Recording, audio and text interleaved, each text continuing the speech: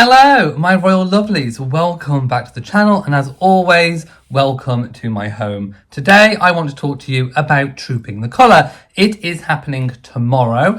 Many of you, I asked the question, what do you want me to talk about today? And a lot of people wanted me to talk about and share some information about Trooping the Colour. So that is what this video is going to be about.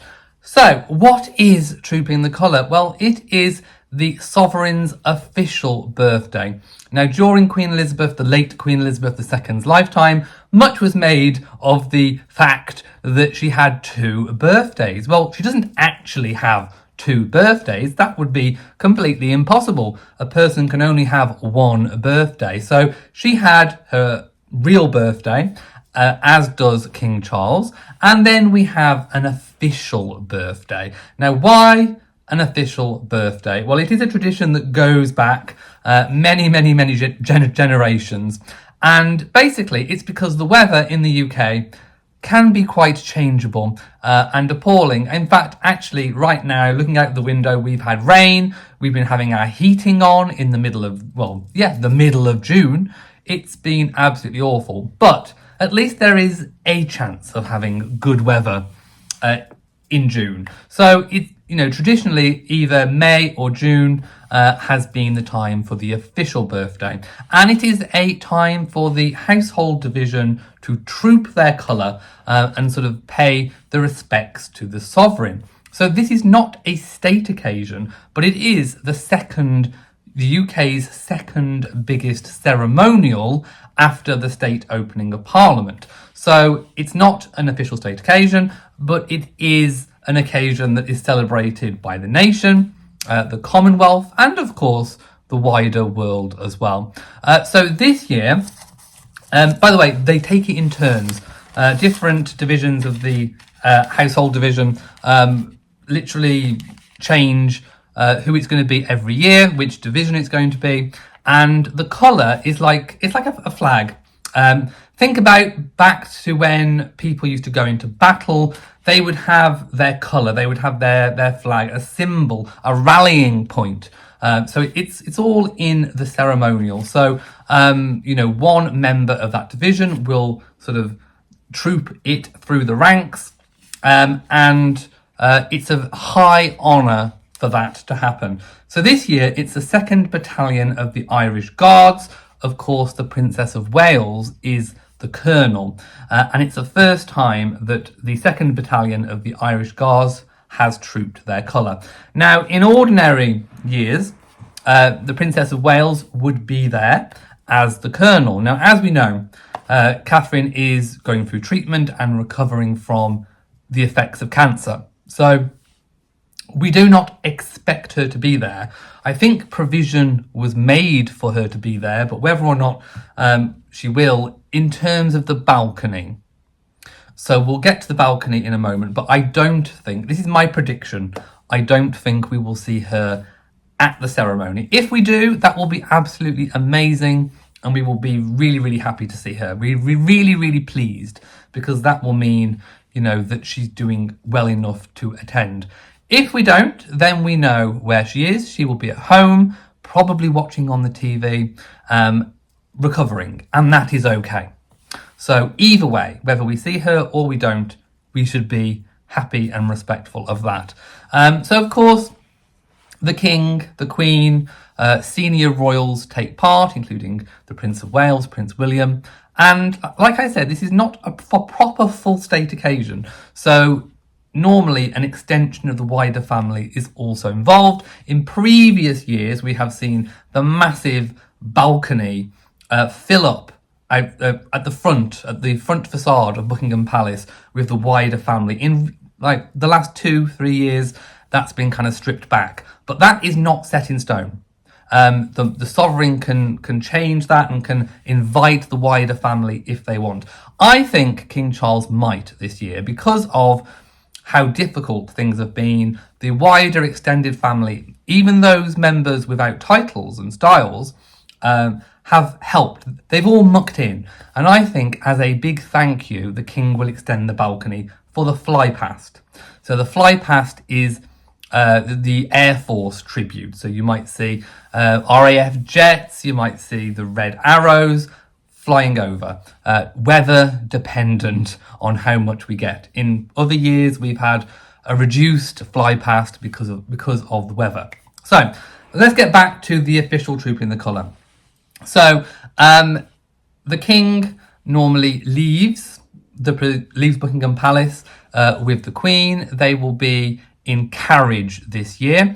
Now, the King last year did ride horseback. He's not going to do that this year. So we expect, I would imagine, that there'll be a carriage for the King and the Queen, potentially accompanied by Princess Anne and Sir Timothy Lawrence, maybe, or maybe they might have their own carriage. Anyway, members of the family will go in procession down the Mall, which is the big ceremonial route that leads up to the palace. It's basically like the royal family driveway. And at the end of it is the Victoria Memorial Fountain, and then you've got Buckingham Palace. So they will be heading the other way, a relatively short distance, and then they'll turn onto Horse Guards Parade. I have visited there myself. I actually got some video footage of the rehearsal for the Platinum Jubilee when that was taking part. So that is on the channel somewhere. So it's a very short distance. They go onto the Horse Guards Parade, which is a big ceremonial, I don't want to say field, because it's not a field as in a field of grass, but it's like a gravelly, whatever that is. It's like a red grass sort of area. That will be kitted out with all seats, tiered seats. I think in the US you call them bleachers. So that will have all those for all the spectators. You can, of course, buy tickets in advance. Turning up unannounced is probably not necessarily encouraged, because you won't necessarily get a place at Horse Guards, but there definitely will be places for people to line the Mall. And then, of course, at the end of the ceremony, everybody walks down. It's all police coordinated for the big flyover. But during the actual ceremony, the monarch then sort of goes around in carriage, gets off on foot, inspects. Then there is the military maneuvers. There are so many different military maneuvers that go on, and you've got the band and the music. And if you watch it, it's really, really intricate and clever the way that it's done. Back in Queen Elizabeth and the Duke of Edinburgh's day, they both had a very, very keen eye for detail, and they would comment on how it actually went, and they would not miss a beat. So once all that ceremony is complete, like I say, look out for those really intricate maneuvers and the steps, and it's all amazing. That route is then repeated back. Everyone who arrived takes the same route back to the palace. There is another inspection. The sovereign normally gets outside the gates of Buckingham Palace, and then they go back in and then up to the centre room, which is the room behind the balcony, ready for the fly past. And of course, that's when we normally have the family display. Whether or not we'll get a full family display this year remains to be seen. But I think that the King will thank members of the extended family and invite them on. That's my prediction, but we will see what happens with regards to that. He could, of course, opt to continue this kind of stripped down look. But, as with most things, be careful what you wish for, it might come true. As Prince of Wales, he advocated for a stripped back, reduced royal family. He's now got one without even really having to try, because of sort of natural wastage, shall we say. So I think he has drawn a lot of strength from the support of the wider family. Beatrice, Eugenie, Zara, Peter, all of them have done an absolutely fantastic job. So I hope this video has cleared up a little bit about what it is. Now, I have missed out so much detail in terms of the different music that's played, the different ceremonial maneuvers. I mean, I've just had a quick look. The one that I was talking about is called the spin wheel. Now, the spin wheel is absolutely incredible.